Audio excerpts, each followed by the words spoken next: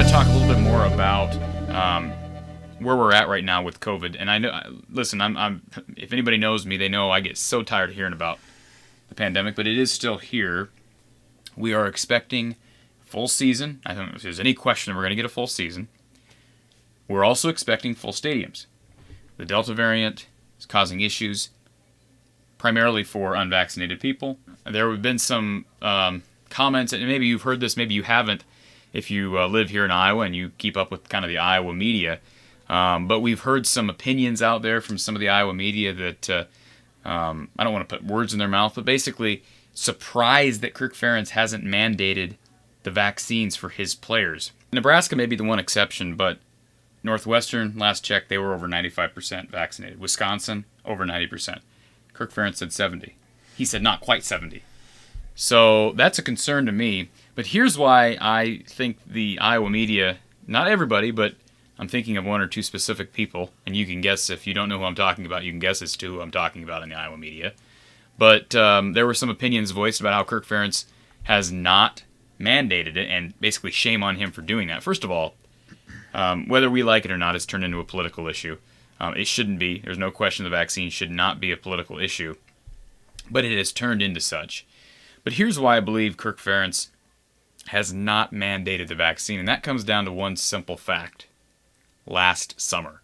If you think back to what happened in June of last year, after George Floyd was brutally murdered, I think we'd all agree that that's what happened with George Floyd.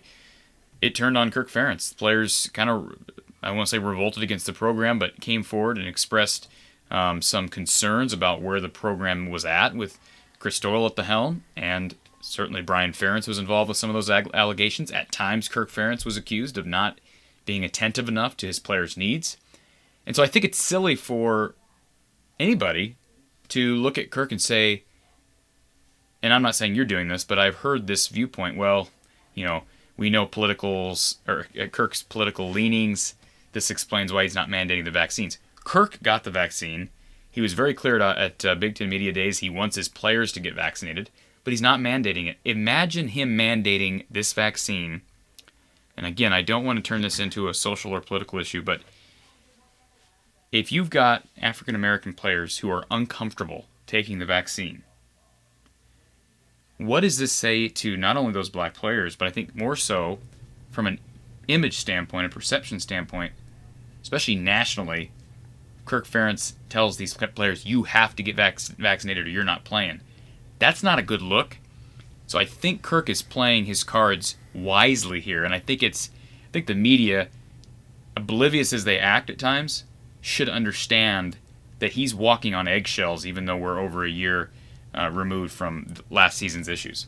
So that's my view on it. Again, I think, and again, this is not a widespread thing. I'm not trying to bash the Iowa media, but I think I was offended to a degree when I heard that, well, shame on Kirk Ferentz for not mandating it. You got to understand these are some of the same media people who were on Kirk's rear about the issues last summer, and rightfully so. I mean, I have no issue. We're not talking about whether that was right or wrong. I have no issue with the fact that he was called out for certain things that he needed to fix. I think he's, at least from the outside looking in, he's making attempts to mend fences, and I think most players with Iowa who've been asked have at least said such to the media. I have a feeling they'd be honest right now at this point if things weren't improving. But I just think it's silly to act like, why would Kirk not mandate it? I think it's obvious why he wouldn't mandate it. It's because he's walking on eggshells. He would love for his players to get vaccinated, as he is, but forcing those black players to do something just after he's been accused of forcing them to cut their hair, forcing them to not wear earrings, forcing them to wear Iowa gear, is not a good look, whether it's a life-saving vaccine or not. We'll hopefully see that number go up. I think Kirk, I'm sure behind closed doors, is really encouraging his guys to get vaccinated because he understands that availability is going to be a huge, huge issue again this year if his players are not vaccinated. Hopefully the 30% that aren't starters. I mean, I would guess that some of them are, and that's a concern because, again, we have contact tracing. You know, they've got opportunity. If you get it, say you get it tomorrow. We're recording this on the 20th. Say you get it tomorrow. You'd be mostly protected, I would guess, by the time the season starts. But We'll see. We haven't heard from Kirk in the last couple of weeks on the vaccine issue, and it really isn't the media's business to be asking him how many players. He offered it, and so, but again, I don't see Kirk mandating it, and I'm not even saying he should.